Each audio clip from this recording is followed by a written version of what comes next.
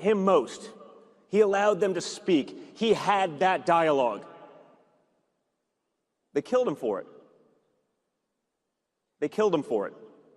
Not because he was so radical, but because he was so effective. When people were able to hear both sides of an argument, wow, it's amazing what happens. For years, we've fought the censorship complex. We've fought the mainstream media. People couldn't even get basic truth out there. What binds us together, what matters more than the disagreements, is the ability to have that discourse. The real enemy, it's not Steve Bannon or Tucker Carlson or Ben Shapiro. It's the radical left that murdered Charlie. So you just watched that, and now you're supposed to sit here and let them get away with this absolute calculated masterpiece of fascist propaganda construction. Because let me tell you what just happened here, and why this represents not some random unhinged rant from a grieving fails-on, but rather the most sinister evolution of right-wing authoritarian rhetoric we have witnessed in the American experiment. And I am not being hyperbolic when I say that what Donald Trump Jr. just delivered was textbook stochastic terrorism dressed up as martyrology. And you need to understand how this works, because Charlie Kirk was actually assassinated. He was actually murdered, shot at Utah Valley University in September 2025 in a genuine act of political violence, and that tragedy that real human death is now being weaponized in real time before our eyes to construct a permission structure for retaliatory violence against an entire ideological coalition that Trump Jr., with chilling specificity, identifies as the radical left, who he claims without one shred of evidence murdered Charlie and celebrated it on a daily basis. And I want you to hear those words again because they are doing something profoundly dangerous. They are taking a murder where the alleged shooter Tyler Robinson sent a message suggesting I had enough of his hatred. Some hate can't be negotiated out, which indicates personal motivation around Kirk's rhetoric, particularly involving a trans roommate who complained about right-wing politicians and anti-trans sentiment, and they are transforming that into a collective blood libel against millions of Americans who hold progressive views. And here is where it gets truly chilling, because Trump himself immediately blamed the radical left, claiming, "For years, those on the radical left have compared wonderful Americans like Charlie to Nazis and the world's worst mass murderers and criminals," and said this kind of rhetoric is directly responsible for the terrorism that we're seeing in our country today. Before any suspect had even been identified, research has repeatedly confirmed that most perpetrators of political violence have been right-leaning, yet here we have the President of the United States and his fails on creating an entire fictional narrative universe in which leftists are genocidal murderers, celebrating death in the streets. And you might think I'm exaggerating.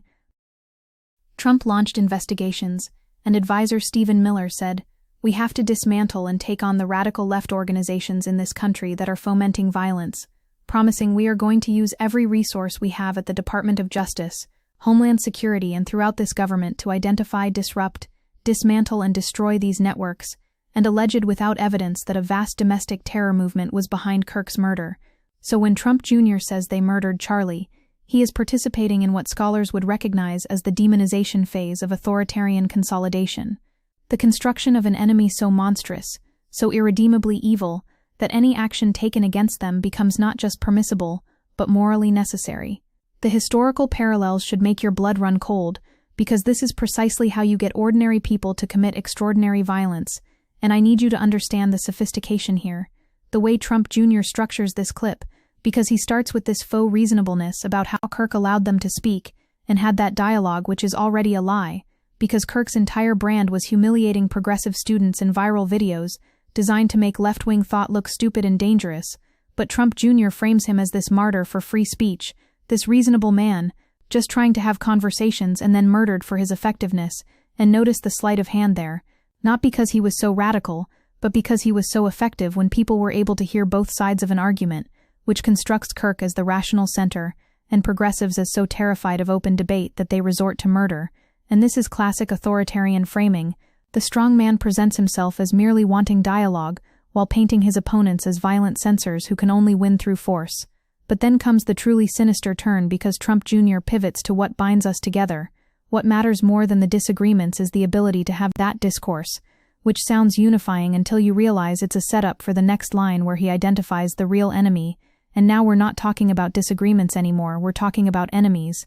And he says it's not Steve Bannon or Tucker Carlson or Ben Shapiro, which is fascinating because At this very turning point conference, Ben Shapiro called out right-wing media personalities for entertaining conspiracy theories, particularly involving Charlie Kirk's death, and criticized Tucker Carlson for interviewing Holocaust denier Nick Fuentes. So there is massive infighting happening within MAGA world right now, and Trump Jr. is trying to redirect that rage outward by saying, no, don't fight each other, fight the radical left that murdered Charlie, and celebrated it on a daily basis. And I cannot emphasize enough how the celebration claim is doing the heaviest authoritarian lifting here, because no information has been disclosed that clearly links the man charged with Kurt's killing to leftist groups or movements. Left-wing publications, while condemning the shooting, accused mass media of whitewashing Kirk's careers, which is worlds away from celebration. Yet Trump Jr. constructs this fantasy where leftists are dancing on Kirk's grave on a daily basis, which creates in the minds of his followers an image of the enemy as not just wrong, not just misguided, but psychopathically cruel, sadistic, inhuman. And once you have dehumanized your opponent to that degree, once you have convinced people that the other side murdered your brother and then laughed about it, then anything becomes justified because you're not attacking human beings anymore, you're exterminating a cancer. This is what scholars call stochastic terrorism, and it describes a mass-mediated process in which hostile public rhetoric, repeated and amplified across communication platforms, elevates the statistical risk of ideologically motivated violence by unknown individuals. Dehumanizing and vilifying people can provoke violence, where ideologically driven hate speech increases the likelihood that people will violently and unpredictably attack the targets of vicious claims, exploiting disgust as a core emotion.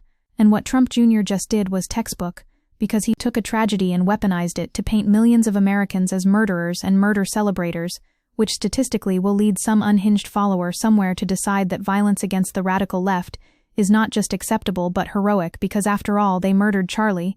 And the timing here is absolutely critical because this speech happened at America Fest, the first major turning point gathering since Kirk's murder, where tensions boiled over as conservatives lashed out at each other. Vice President J.D. Vance blamed far-left Democrats for Kirk's demise, asking, if you miss Charlie Kirk, do you promise to fight what he died for? Do you promise to take the country back from the people who took his life? So this is coordinated messaging from the highest levels of American government, using a murder to construct a mandate for authoritarian crackdown. Republicans in Congress demanded a select committee to investigate the money, influence, and power behind the radical left's assault on America, specifically targeting organizations like the Southern Poverty Law Center, which tracks right-wing extremism, so they are using Kirk's death as pretext to go after the very organizations that monitor fascist organizing. Now let's talk about the empirical reality that Trump Jr. is frantically trying to obscure because research confirms that most domestic terrorists in the U.S.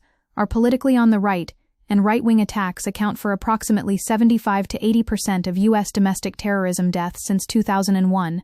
The Anti-Defamation League found that all 61 political killings in the United States from 2022 through 2024 were committed by right-wing extremists, every single one, and a week after Kirk's assassination, the Department of Justice deleted from its website a 2024 study finding that the majority of ideologically motivated homicides in the United States since 1990 had been committed by right-wing extremists, so they are literally memory-holing government research that contradicts their narrative because the truth is inconvenient to the authoritarian project. Yes, there has been an increase in left-wing terror attacks in the first half of 2025, marking the first time in more than 30 years that left-wing terrorist attacks outnumber those from the violent far right. But context matters enormously because left-wing attacks are overwhelmingly non-lethal and far less lethal with only 2 fatalities since 2020, including Brian Thompson compared to 112 victims killed by right-wing attacks and 82 by jihadist attacks in the past decade. So even in this year when left-wing incidents slightly outnumber right-wing ones, the lethality gap remains massive. CSIS cautioned that fighting terrorism effectively requires counter-terrorism efforts against both right and left-wing terrorism, noting these terms do not correspond to mainstream political parties in the United States. Yet Trump and his allies are deliberately erasing that nuance to paint all progressives, all Democrats, all leftists as a unified murder cult. And you need to understand how the right-wing media ecosystem amplifies this, because the Anti-Defamation League noted that right-wing extremist terror incidents in the U.S. have been increasing since the mid-2000s, with the past 6 years seeing their sharpest rise yet, timing that coincides with Donald Trump's arrival on the national political scene. Trump has been identified as a key figure in increasing political violence using incendiary rhetoric described as a form of stochastic terrorism, so the very person now claiming to be a victim of leftist violence is actually the primary accelerant of political violence in America. Trump has frequently used language encouraging violence against Latinx and Muslim immigrants, African Americans, civil rights protesters, election workers, prosecutors and judges, with ABC identifying 54 criminal acts or threats from 2015 to 2020, during which Trump or his rhetoric was explicitly invoked. So when Trump Jr. talks about the radical left that murdered Charlie, he is engaged in projection of truly pathological proportions. The manipulation here extends to how they're rewriting Kirk's legacy, because Kirk used his platform to spread falsehoods and conspiracy theories about climate change, vaccines, transgender people, and demographic change, yet now he's being sanctified as this martyr for free speech and open dialogue, when his entire career was built on demonizing vulnerable populations. Kirk led the ground game for Trump in 2024, courting controversial religious networks and effectively running get-out-the-vote operations in swing states. So this was not some neutral facilitator of debate. This was a partisan operative whose organization Vance credited with Trump administration personnel decisions, saying so much of the success we've had in this administration traces directly to Charlie's ability to organize and convene.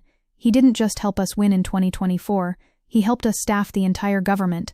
So they are using his death to construct a myth that serves their authoritarian ends. But here's what should terrify you most, because Trump Jr.'s framing is not just post hoc justification, it is actively creating the conditions for future violence. Research shows stochastic terrorism creates a climate in which violence against a target becomes not only possible but probable, and the social reaction afterward can serve as reinforcement for future acts.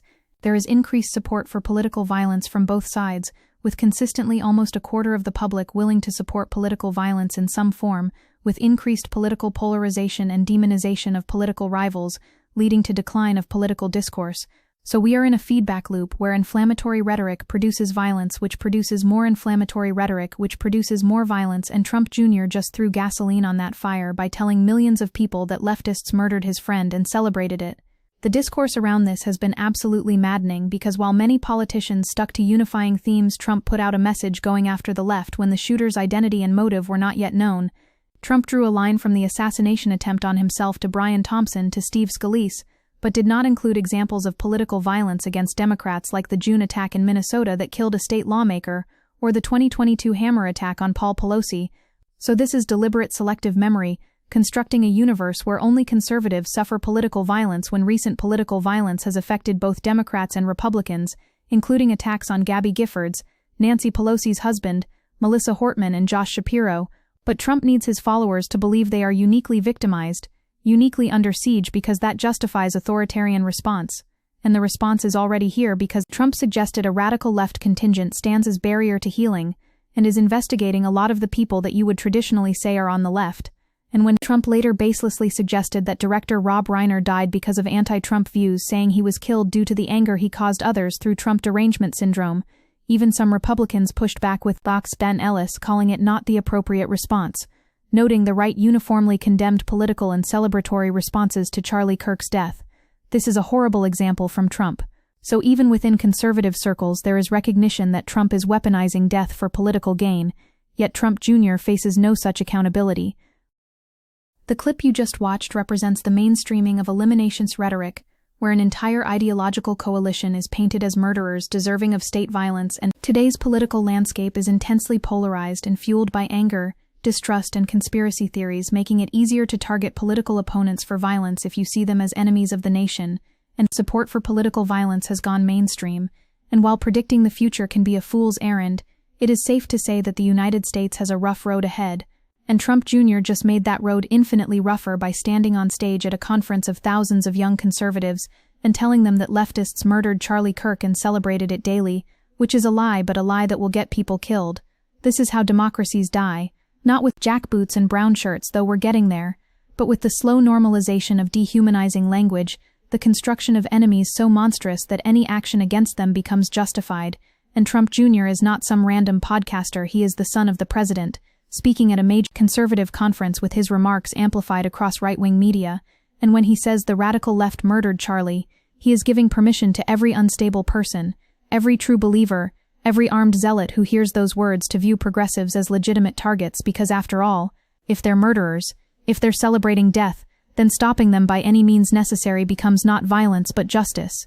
We are living through the construction of fascist mythology in real time, where a genuine tragedy is being weaponized to justify authoritarian crackdown on dissent, and the fact that Trump Jr. can stand there and make these claims with no evidence, no accountability, no pushback from the audience tells you everything you need to know about where we are as a country, because it has been roughly 3 months since Kirk was shot and killed, and Turning Point is trying to keep his movement going with more than 30,000 supporters in Phoenix, and they are being told in no uncertain terms that leftists are murderers, which means the next act of right-wing violence is not a question of if but when, and blood will be on the hands of everyone who spread this lie, including and especially Donald Trump Jr., who just told the world that we on the left killed his friend and dance on graves daily.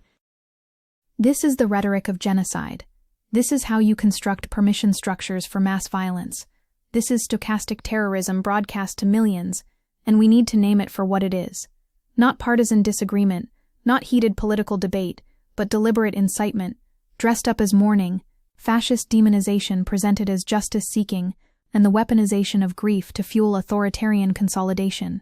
And if we do not recognize this moment for what it represents, if we treat this as just another viral clip, just another example of Trump family bombast, then we are complicit in what comes next, because what comes next is violence, state-sanctioned and street-level, against everyone Trump Jr. just painted as murderers, which is to say everyone who opposes this authoritarian project, and that should scare you much more than anything I could say, because the scariest part is that it's already working,